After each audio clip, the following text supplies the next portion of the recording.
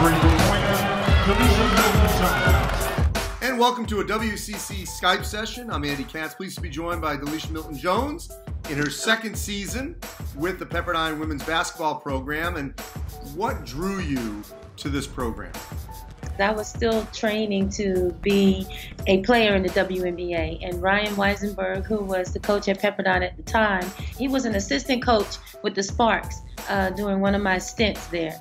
And lo and behold, he had an opening on his staff, and my WNBA career was coming to an end, and I walked into a situation where I became an assistant coach rather fast. He was on the end of his contract, and they did not renew it. And I said, you know, what the heck, let me throw caution to the wind and apply for the position, and I got it. So now here I am going into my second year as the head coach at Pepperdine. You know, Delisha, it's interesting. We're seeing this trend, which, you know, it was just a matter of time because of the history of the WNBA. I mean, yourself, Tina Thompson at Virginia, Lindsay Whalen at Minnesota, obviously you go Don Staley at South Carolina. You know, Nikki McCray. Yes, so I could, you know, we could go on.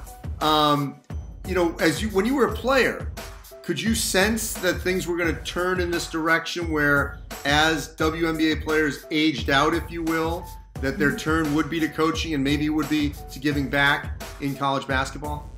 The notion probably struck me when I saw Dawn leave, and I saw what she did at Temple, and then from Temple she went to South Carolina. And I said, you know what? The game is about to change because you have a lot of prominent women in the sport that are going to be retiring soon.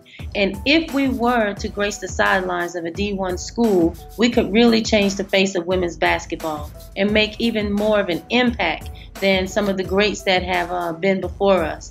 Now I think it's our turn to shoulder the workload for the young ones behind us. So how has that been received in recruiting and even last season when you were on the floor with these women?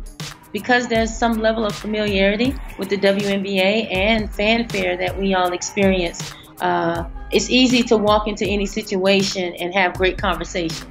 And we use that to our advantage, of course, because it'll get us in anywhere and people want to hear what we have to say. And now when we come at them from the angle of, you should come play for me, it really is appealing to a lot of people. So that's interesting within itself. All right, so the preseason poll came out and Pepperdine was picked near the bottom. What do you need to do to begin that climb this season in what may be a bridge year to make sure that you are ultimately one of the programs that's going to compete in that top half in the WCC? Yes, I would love for people to give us the respect that I feel we are due because we work hard. The young ladies, they are bought in and they give everything that they have. But I'm in a situation where I didn't come in and had the opportunity to bring in a roster full of players that would fit me. People aren't going to really count us in as quickly as they probably should be. So I get that. Now, for us to be able to garner the ranks of a Gonzaga, we got a lot of work to do. And I feel that we can still come in and surprise people with the way that we play while we're building our basketball culture on and off the court. I think that people have gotten a glimpse of who we are and they understand that we're aggressive, we're in your face, and we were in a lot of ball games last year. So our victory right now doesn't necessarily come in wins or losses. It comes in a form of what are the building blocks that we're laying for success for the future. And I think that we did that last year, and we're well on our way this year to make even more noise. Appreciate it, Delisha. Thank you.